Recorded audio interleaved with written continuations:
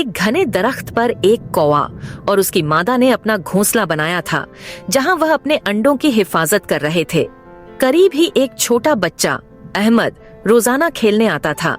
एक दिन अहमद ने देखा कि कुछ लड़के पत्थर मारकर घोंसला गिराने की कोशिश कर रहे हैं। कौवा बेचैनी से काई काई कर रहा था, मगर वह अकेला कुछ न कर सका। अहमद फौरन आगे बढ़ा और उन लड़कों को रोक दिया। यह गलत बात है, परिंदों के घर तबाह नहीं करते, उसने सख्त लहजे में कहा। लड़के शर्मिंदा होकर वहां से चले गए। कौवा अहमद की बहादुरी देखकर खुश हुआ।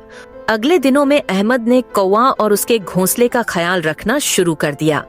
वह कभी पानी रख देता, कभी रोटी के टुकड़े डाल देता। कौवा भी उसका दोस्त बन गया और अक्सर करीब आकर चहचहाने लगता।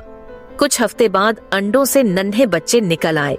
कौवा खुश था कि अहमद की मदद से उसके बच्चों की हिफाजत हो गई।